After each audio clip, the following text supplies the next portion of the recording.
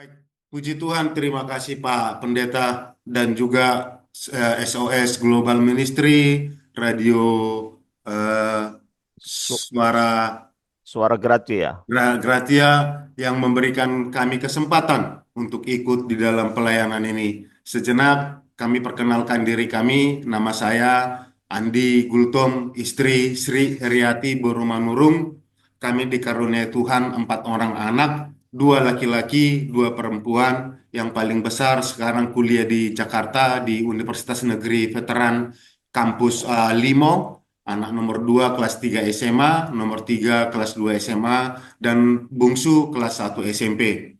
Keseharian kami khusus saya karyawan swasta, istri ibu rumah tangga, dan kami juga puji Tuhan dikasih Tuhan kesempatan untuk melayani di gereja tempat kami beribadah, Gereja Oikumene di Legenda Malaka di Batam. Saya sebagai seorang penatua dan saat ini menjabat sebagai ketua majelis di gereja. Udah hampir 4 tahun saya menjabat ketua dan istri adalah salah seorang anggota tim doa di, gereja kami di pelayanan. Apa yang mau saya saksikan sebetulnya luar biasa karya Tuhan. Mungkin wadah ini sebetulnya tidak cukup kalau saya ceritakan bagaimana luar biasanya Tuhan bekerja di dalam kehidupan kami, tetapi saya berharap dengan waktu yang singkat nanti ini bisa menjadi berkat bagi siapapun yang memberikan. Yang pertama, saya mengalami penyakit kanker nasofaringal itu ketahuan bulan 6 tanggal 12 di Rumah Sakit Awal Bros Batam. Dan Tahun ketika ini ya saya, Pak ya? ya Pak, Tahun ini. tahun Tahun ini ini. Pak, tahun ini. Oh, Jadi biopsinya itu tanggal 10 bulan 6, hasilnya keluar tanggal 12 bulan 6 dan itu sudah positif. Positif ganas stadium 3. Dan oh. puji Tuhan, ketika saya kasih tahu kepada istri, istri saya itu luar biasa tenang. Oh, seperti itu. Ayo kita ke Malaka. Kami langsung ke Malaka tanggal 19. Tanggal 20 saya kemo pertama. Kemudian 1 minggu dari tanggal 12 setelah saya dikasih tahu, ternyata di Malaka itu udah stadium 4. Oh, Di stadium 4. Hanya 1 minggu setelah dia apa namanya pengecekan di di awal bros Batam. ya. Setelah biopsi stadium 3, 1 minggu berikutnya stadium 4. Dan sampai saya kemo kedua lagi tanggal 5 bulan 7, istri masih tenang. Udah masuk kemo ketiga, semua taksasi biaya udah keluar. Saya tanya istri, kenapa kamu begitu tenang? Tidak ini. Karena jujur saya ada perasaan marah, perasaan tidak terima. Kenapa saya dikasih Tuhan? Saya anak Tuhan, saya pekerja, aktivis. Kok dikasih seperti itu? Cuma istri saya bilang, saya sudah dikasih Tuhan penglihatan tentang kamu. 3 bulan saya bergumul. Dalam mimpi, Tuhan kasih tunjuk penglihatan bahwa kamu gosong, bahwa kamu akan sakit. Tetapi Tuhan bilang, kalau kalian ikut saya, kalian berserah kepada saya, itu akan sembuh. Dan 3 bulan ini, istri saya negosiasi sama Tuhan. Tuhan, kalau bisa suami saya jangan sakit. Tuhan, kalau bisa, tetapi dalam doa-doa mereka. Tetapi ketika saya kasih tahu bahwa saya akhirnya positif, dia hanya berucap, oh ya udah Tuhan, ternyata kau izinkan juga. Karena selama ini tidak ada perasaan apa-apa gitu sama sekali. Hanya 1 bulan terakhir itu saya flu berat dan flunya tidak sembuh-sembuh. Itu Hmm. aja indikasinya. Dan puji Tuhan, selama kami di Malaka, Tuhan tunjukkan orang-orang yang luar biasa menopang kami. Baik dari SOS, bagaimana orang-orang SOS di Rumah Sakit Malaka itu mencari kami. Dari lantai 1 sampai lantai 9. Mereka cari kami. Hingga ada satu momen, itu Pak Pendeta Chong, Ibu Pak Pahan yang ada di sana, ketemu di ruang radiasi dan kami diajak ke rumah SOS. Tetapi oleh kehendak Tuhan, sebelumnya kami telah dikasih juga orang-orang yang baik hati yang memberikan kami tempat. Dan akhirnya di ujung pengobatan itu kami ke rumah singgah SOS. Dan di sana kami sangat diberkati. Ada satu momen ketika saya itu sudah kemo yang ke-7 dan radioterapi yang ke-20, fisik saya itu udah benar-benar terasa hancur. Leher sudah gosong semua akibat kena sinar radiasi, gigi rasa mau rontok, mau jatuh, mulut sariawan, tenggorokan kering. Dan sampai sekarang sindrom tenggorokan kering itu masih saya rasakan. Saya bilang sama istri, karena saya juga bawaannya mual dan menggigil, "Mak, saya sanggup nggak melalui ini?" Tetapi istri bilang, "Kamu sanggup, berdoa sama Tuhan." Dan memang puji Tuhan, kegiatan kami di sana, bangun pagi, baca Alkitab, baca Almanak, dengarkan khotbah-khotbah online, dan ada satu hamba Tuhan yang saya dengarkan dari situs online, Facebook, berkhotbah. Beliau mengatakan inti dari khotbahnya itu, apapun penderitaan, apapun penyakit kita, apapun permasalahan kita, jangan sampai mengurangi sukacita kita. Karena apa? Karena segala penyakit, persoalan, dan pergumulan hidup tidak lebih besar daripada kuasa Tuhan.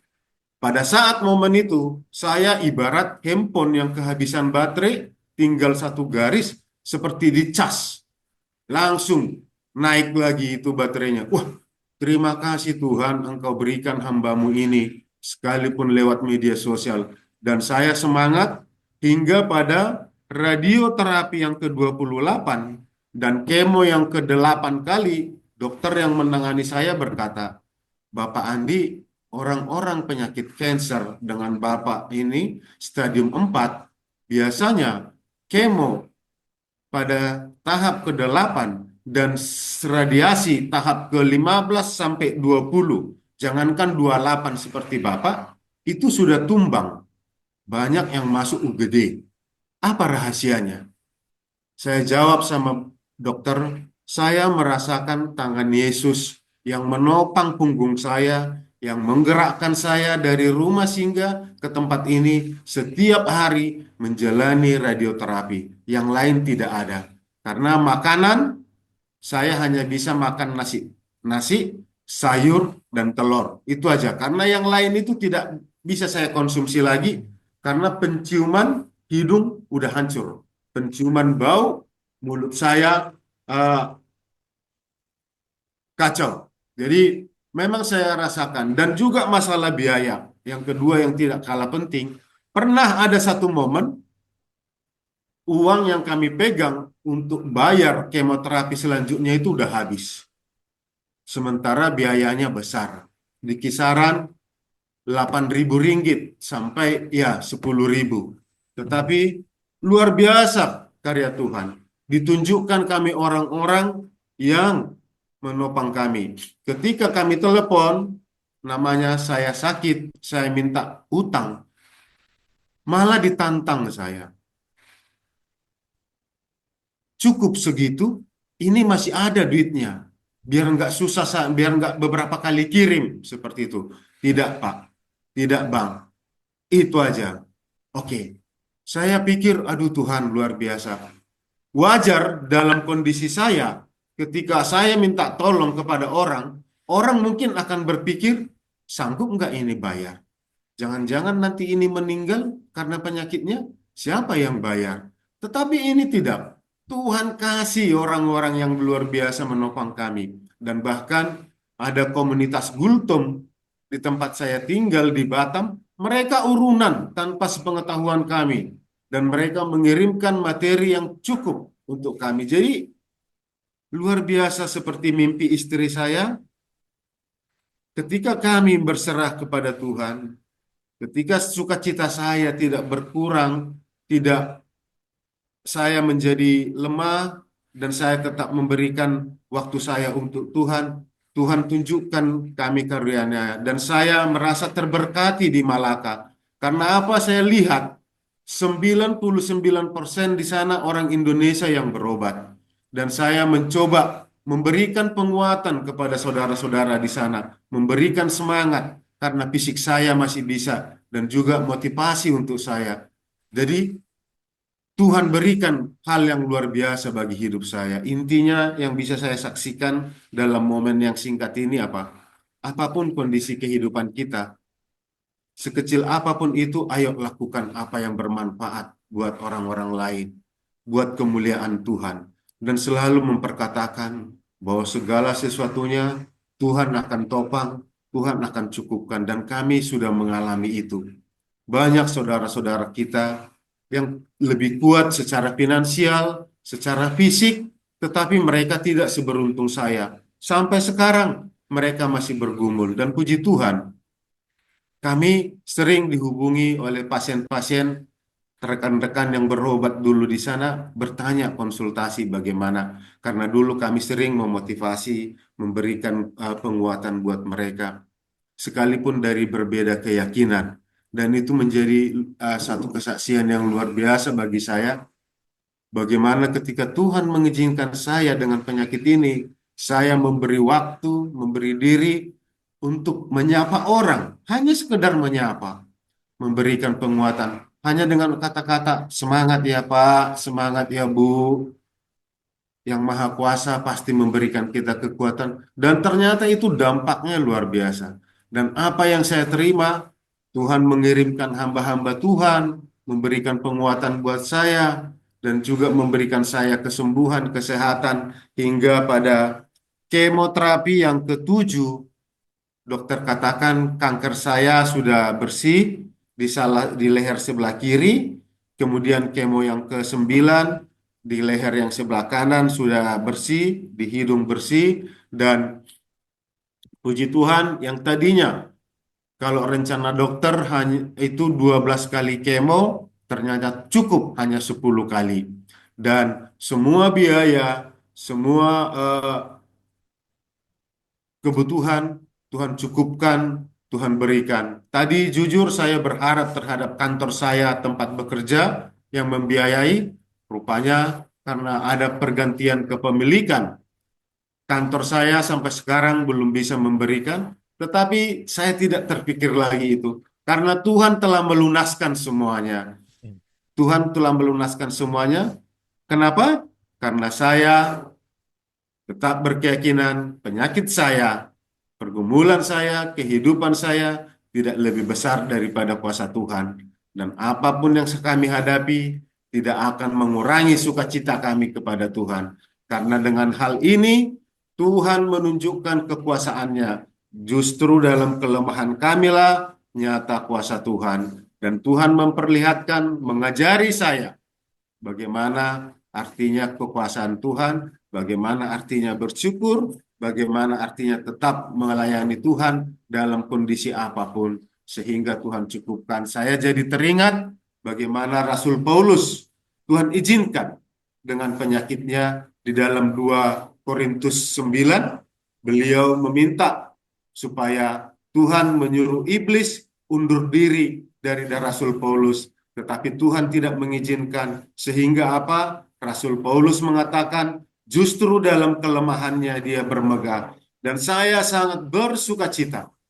Tuhan izinkan pengalaman ini sama saya. Kesaksian saya, apapun masalah kita, apapun pergumulan, penyakit yang ada di dalam hidup kita, jika sukacita kita tetap melimpah dan berserah kepada Tuhan, Tuhan yang akan berperkara. Tuhan yang akan mencukupkan segala sesuatu. Jauh di dalam luar pemikiran kita, Tuhan siapkan, Tuhan berikan terhadap kita. Luar biasa karya Tuhan. Dan ini juga selalu kami saksikan ketika komunitas gereja datang menjenguk kami, komunitas marga, komunitas lingkungan, dan saudara-saudara yang lain, bahkan kepada saudara-saudara kita yang tidak seiman, ketika mereka bertanya, saya selalu perkatakan, puji Tuhan, luar biasa karya Yesus kami terhadap saya. Saya katakan, jadi terima kasih Bapak Pendeta setia yang mengizinkan saya membawa saya ke momen ini. Terima kasih Global Ministry dan semua pihak terkait di dalam acara momen ini yang membuat kesempatan ini membuat saya bersaksi bagaimana besar kebesaran Tuhan dalam hidup kami. Kiranya kesaksian ini bisa menjadi berkat buat siapa saja yang kelak menyaksikan momen ini. Demikian yang bisa kami sampaikan. Terima kasih, puji Tuhan. Ya, terima kasih Pak Andi, luar biasa penyertaan Tuhan ya. Nah, ini saya sedikit mau tanya sama Pak Andi. Awal mula Bapak sakit itu apa yang Bapak rasakan di awal? Sampai akhirnya vonis dokter ke nasofaring. Bulan 5 saya flu. Kebetulan saya bekerja shift malam, Pak. Udah 3 tahun Oh, saya shift malam. Bulan 5 saya flu dan ada migrain di kepala bagian hmm, kanan. Migrain dan telinga bagian kanan sakit. Saya kira karena flu, saya berobat ke dokter. Dokter bilang, dokter THT, saya migrain karena hidung saya sumbat sebab saya flu. hmm, Jadi asupan oksigen ke otak dan ke telinga berkurang akibat hidung tersumbat oleh polip membesar. Dan selama hmm, sebulan saya dikasih obat, dikasih antibiotik, tidak ada perbaikan yang signifikan, hingga pada bulan 6 ada benjolan di leher sebelah kiri dan sebelah kanan. Kiri itu ada 3, di kanan ada 6. Saya katakan, apakah gara-gara ini, dok? Dokter bilang, udah berapa lama ini, Pak? Saya bilang sama dokter, mungkin kurang lebih setahun. Tetapi tidak ada sakit. Dokter bilang, Bapak ada penurunan berat badan yang drastis? Tidak ada. Sakit waktu menelan? Tidak ada. Ada rasa sakit di leher? Tidak ada. Dan dokter pada saat itu berpikiran, benjolan di leher saya itu adalah TBC. Saya tanya, apakah TBC bisa di kelenjar getah bening? Atau di kelenjar gondok bisa. TBC tidak hanya di paru-paru, bisa di kelenjar, bisa di tulang. Jadi hmm, bagaimana dokter? Kita biopsi. Dan setelah dibiopsi, dokter bilang, waduh Pak, hasilnya tidak bagus. Ternyata bukan TBC. Ini adalah tumor ganas dan dia strukturnya dari nasofaringal. Seperti hmm, itu. Dan saya harus dianjurkan untuk biopsi lagi di hidung. Tetapi hmm, oleh kemurahan Tuhan, sekalipun saya sudah tanda tangani persetujuan biopsi di hidung tanggal 18 Juni, Tuhan tidak izinkan. Kami langsung disuruh lewat istri ke Malaka. Kami tidak ada minta pendapat sama siapa-siapa, tidak ada petunjuk. Memang hanya Tuhan yang komunikasi lewat istri saya, Pak, kita ke Malaka. Jadi tidak ada indikasi apa-apa, Pak Pendeta, selain flu yang saya rasakan dan sakit kepala dan di telinga pada bulan 5. Itu, Pak Pendeta. ya, ya. Memang kita tidak sangka ya, awal mula yang nampaknya sederhana ternyata ber, itu akhirnya berakhir di nasofaring ini yang cukup beratnya ya. Dan bersyukur sekarang Tuhan sudah proses luar biasa. Hanya dalam beberapa bulan ini ya, saya mengatakan beberapa bulan karena nggak sampai setengah tahun, Tuhan sudah tolong dengan dahsyat dan dinyatakan bersih.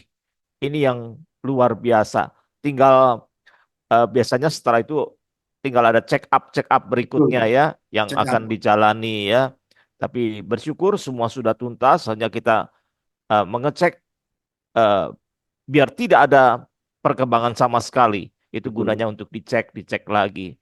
Nah, saya sedikit tertarik dengan ini foto Bapak ini sorry. Nah, ini lagi di mana nih Pak nih? Ini yang foto pertama ini di ruangan kemoterapi di Malaka. Ini kemo pertama, Pak. Oh, ini kenangan kemo pertama ya Pak ya. Iya, Wah. kemo eh, pertama. eh. Nah, ini masih masih badannya masih agak lebih baik ini. Iya, Waktu betul, Pak. waktu kita ketemu kayaknya sudah lebih kurus ya Pak ya. Sudah, Pak. Sudah. Nah, ini. Ini sudah kemo yang ke-6 kalau saya tidak salah. Kemo ketujuh, ketujuh, Pak. Ketujuh. Iya. Yang gemuk sayanya ya Pak ya. Puji Tuhan diberkati anak Tuhan. Eh, ini di rumah singgah Malaka Iya, ya, betul, Pak. Bapak bersama dengan Ibu. Wah, luar biasa.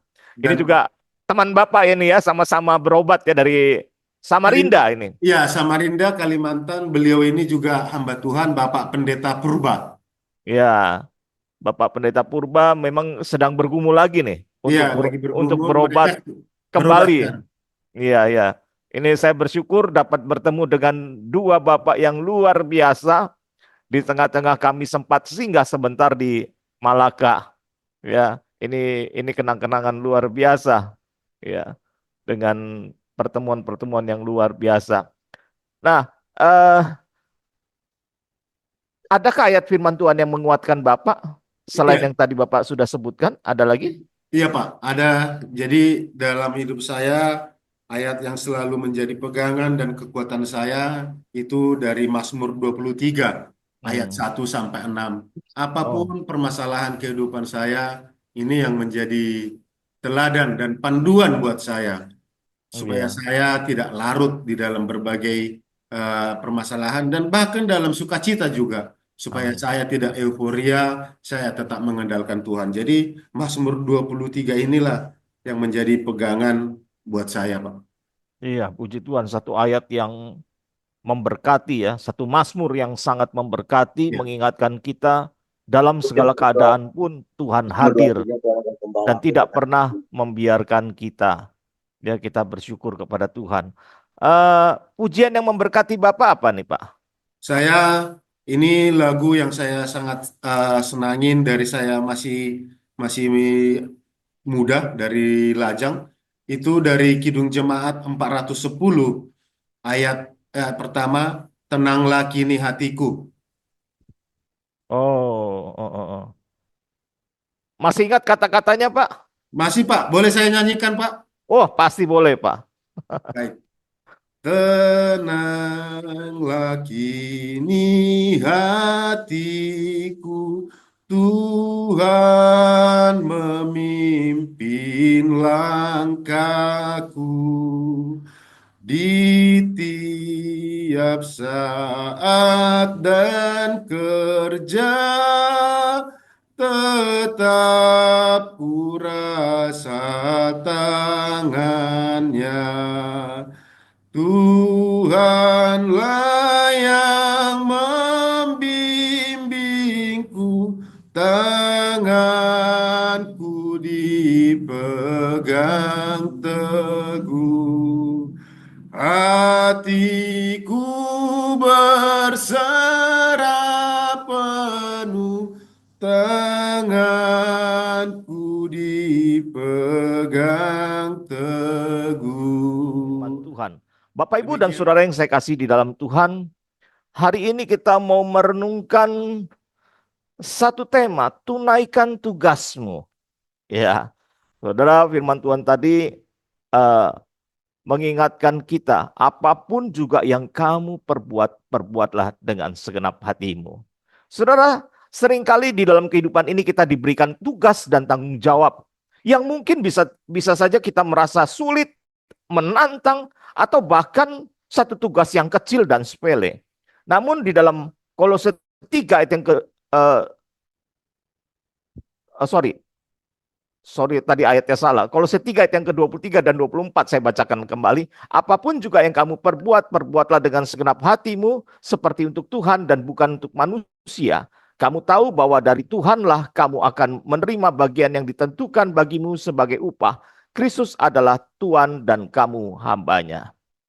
Saudara, firman Tuhan ini mengingatkan kita bagaimana seharusnya kita menjalankan setiap tugas dan tanggung jawab yang ada di hadapan kita. Paulus mengingatkan kita untuk melakukan sikap hati yang benar, seperti untuk Tuhan dan bukan untuk manusia. Saudara, bagaimana kita bisa menunaikan setiap tugas yang Tuhan percayakan kepada kita? Yang pertama adalah Tuhan minta kita mengandalkan Tuhan. Jika Tuhan memberikan satu tugas tanggung jawab kepada kita, yang Tuhan minta dari kita yang pertama, andalkan Tuhan. Langkah pertama ini sangat menentukan. Mengandalkan Tuhan sepenuhnya. Tanpa mengandalkan Tuhan, kita mudah merasa terbebani. Kita mudah menyerah, kita mudah tergoda untuk mengeluh. Mengandalkan Tuhan berarti kita menyadari bahwa kekuatan dan hikmat kita begitu terbatas adanya. Tetapi kekuatan Tuhan tidak terbatas. Ketika kita memulai setiap tugas dengan doa, kita mengundang Tuhan untuk memimpin, menuntun, dan memberikan hikmat serta kekuatan kepada kita.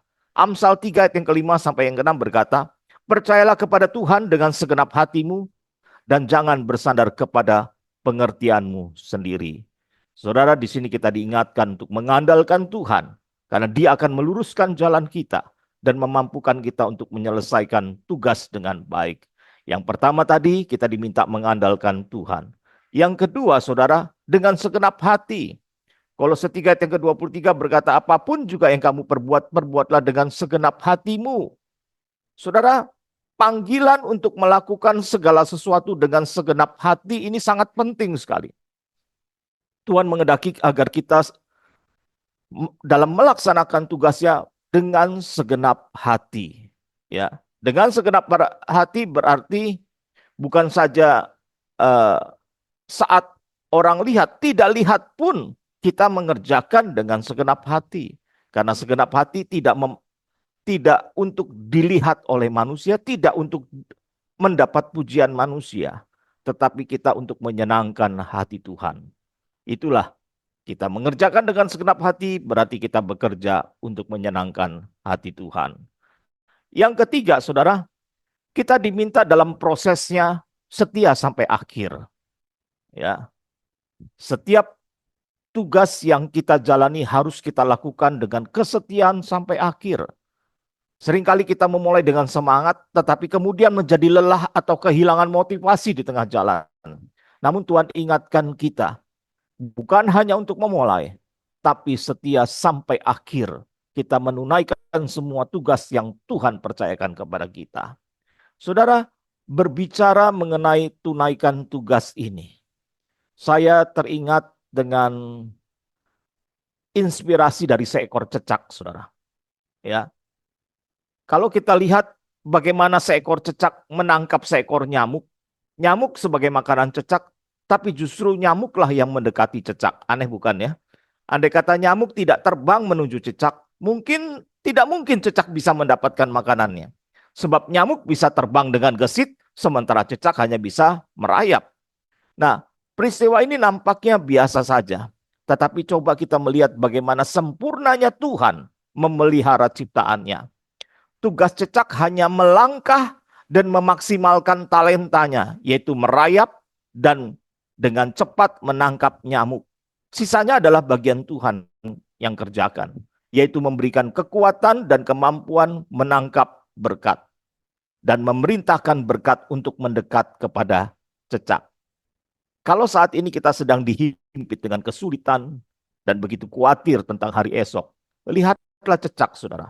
Tiap hari dia keluar dari sarangnya untuk mencari makanan. Tidak terbayang sebelumnya kemana dan di mana dia harus mencari nyamuk.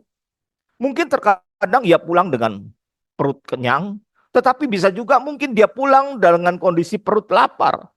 Karena cecak pasti lebih sering lapar akibat tidak punya kantor atau tempat bekerja yang tetap seperti kita. Apalagi setelah lahannya banyak diganggu oleh manusia, saudara. Namun yang jelas tidak pernah ada cecak yang berusaha untuk bunuh diri ataupun mabuk-mabukan karena frustasi, marah, dan sakit hati. Dia pun tidak pernah berharap kepada sesamanya. Ya, dia tidak perlu menjual diri ataupun berjudi. Dia tetap optimis akan setiap berkat yang dijanjikan oleh penciptanya. Saudara, tampaknya seekor cecak sangat menyadari bahwa demikianlah hidup, asalkan tetap melangkah dan memanfaatkan kekuatan atau talenta yang serta percaya atas pemeliharaan Sang Pencipta, maka dia boleh hidup dengan luar biasa. Bukankah Tuhan berikan pada kita talenta dan kekuatan untuk mencari nafkah yang jauh lebih sempurna dibandingkan cecak? Tuhan pasti akan menyediakan semua yang kita butuhkan. Tuhan pasti akan memberkati hidup kita. Yang Tuhan minta dari kita adalah tunaikan tugasmu. Tunaikan setiap tugas yang dipercayakan kepada kita. Dan kita diminta sekali lagi dengan kita menunaikan tugas yang dipercayakan kepada kita. Dan kita mengandalkan Tuhan, kita melakukan dengan segenap hati, kita setia sampai akhir, kita akan menjadi orang-orang yang diberkati Tuhan dengan luar biasa. Apapun kebutuhan hidupmu, Tuhan tidak pernah tutup mata, asalkan engkau tetap setia kepada Tuhan dan mengandalkan Tuhan dengan segenap hatimu. Mari kita bersatu di dalam doa. Bapa di dalam surga, kami bersama bersyukur kepadamu untuk pagi hari ini kami boleh diingatkan kembali. Kami mudah untuk memulai satu tugas, tapi kami seringkali menyerah. Kami seringkali tidak berdaya. Ampuni kami dan ubahkan kami. Biarlah kami menjadi anak-anak Tuhan yang menunaikan setiap tugas yang Tuhan percayakan kepada kami. Mungkin di tengah-tengah tugas yang Tuhan percayakan, kami terkapar sakit dan tidak berdaya. Jangan biarkan kami menyerah, Tuhan. Karena kami punya Tuhan yang dahsyat dan luar biasa. Ampuni kami yang seringkali dikuasai pikiran kami oleh sakit penyakit, oleh kekhawatiran dan lain sebagainya. Dan ubahkan kami mulai hari ini mengandalkan Tuhan sepenuhnya di dalam kehidupan kami. Hamba-Mu percaya setiap dari kami ketika kami berserah diri kepada Tuhan, kami akan mengalami Yesus hidup di dalam hidup kami, yang akan mencukupkan, yang akan menyelesaikan segala pergumulan hidup kami. Terima kasih Tuhan, karena kami punya Tuhan yang dahsyat dan luar biasa. Jadi dalam nama Tuhan Yesus kami bersyukur dan berdoa. Amin.